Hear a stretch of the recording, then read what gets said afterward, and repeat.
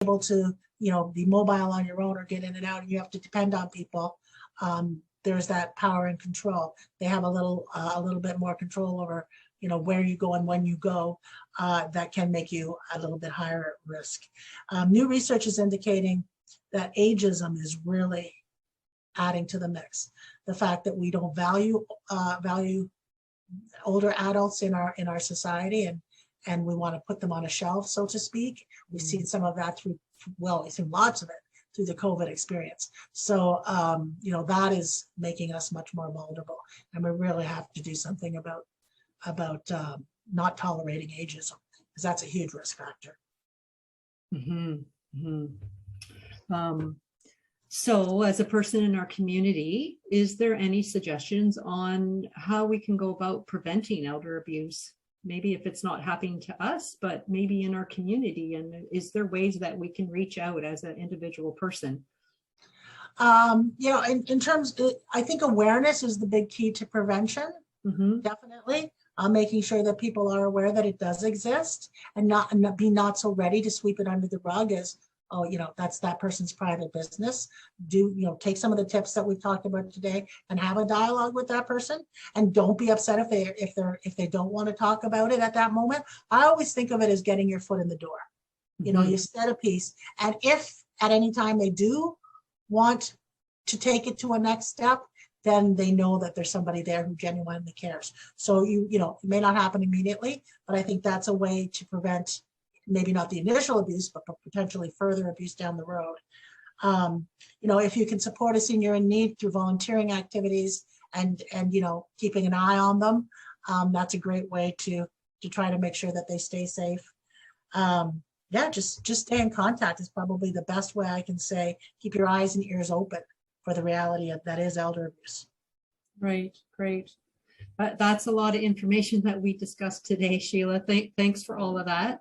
And I'm just gonna, anybody, if you're interested in asking any questions to Sheila, if you want to go down to the chat box and write any questions you have, I can ask them now.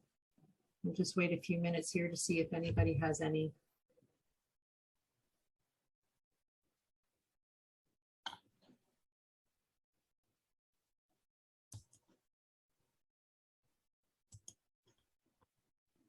I think you've done a great job then. We've answered everything.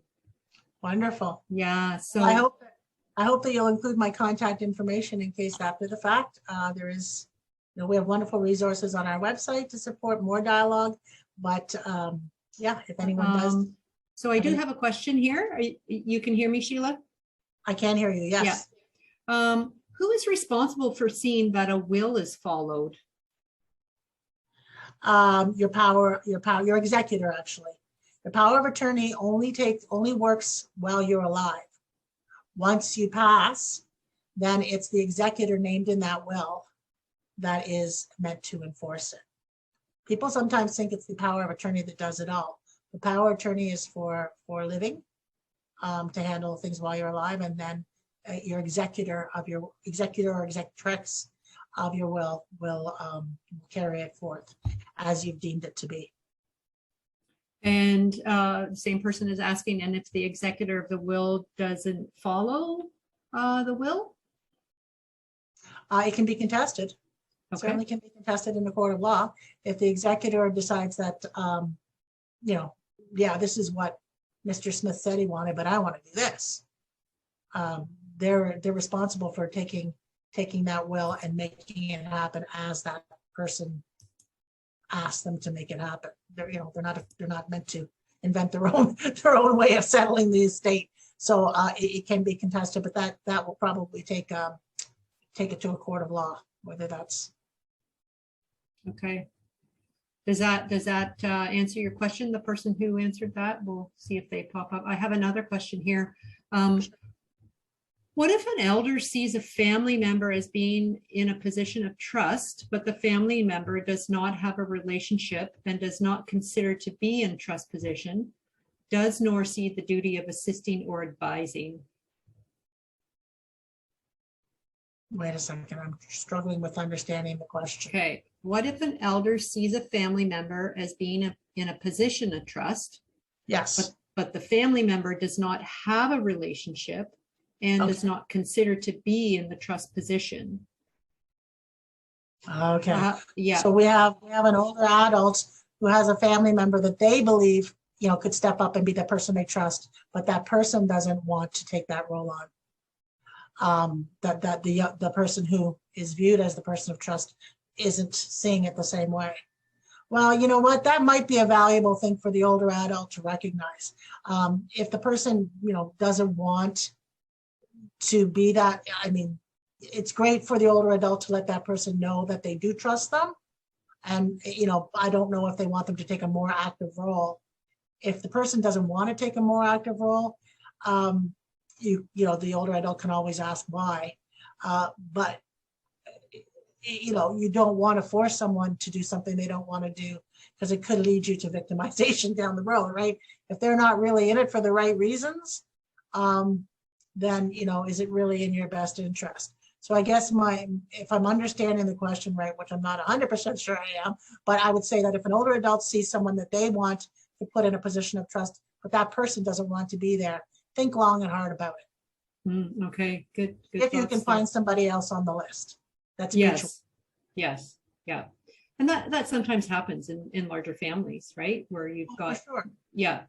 So, and sometimes it's a matter of dialogue, you know, it's a matter of dialogue. Maybe that person doesn't realize how the older adult is feeling, right? That, you know, that they could have a more active role in their life. And if you make the invitation, it might turn it around. But if you make the invitation and they still don't have that interest. Right.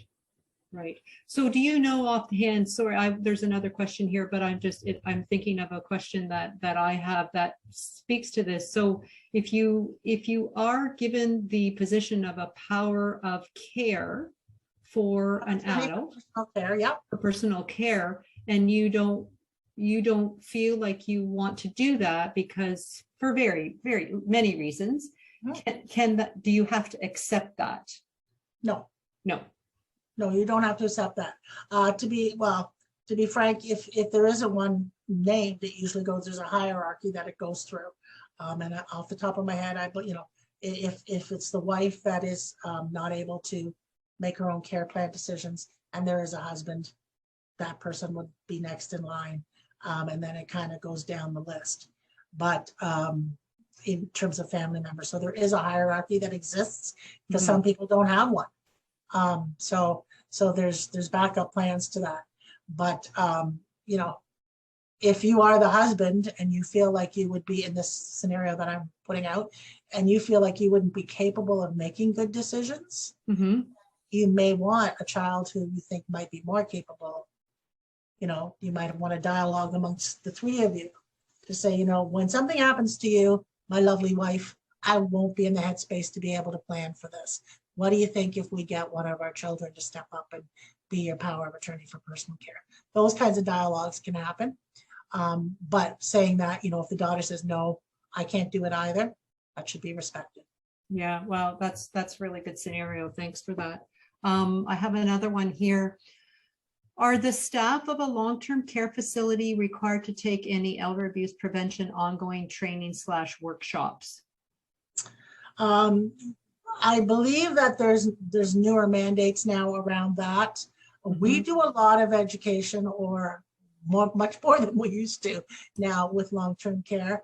I'm not sure about the mandates, to be quite honest. I don't work in the long-term care system per se, but we never turn down an opportunity to get into a long-term care facility and you know, provide training to their staff, as well as try to empower the older adults that are living there.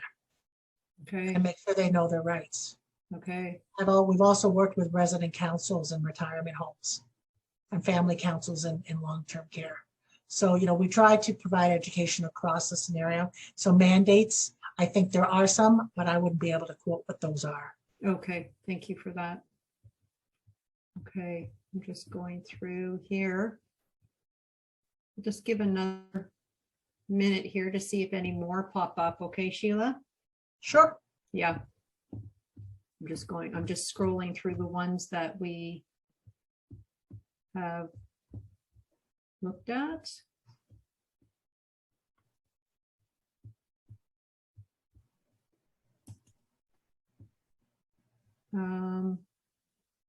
So just a comment here from one of our participants. Maybe an Ontario organization can advocate for such policy if not already in long-term facilities.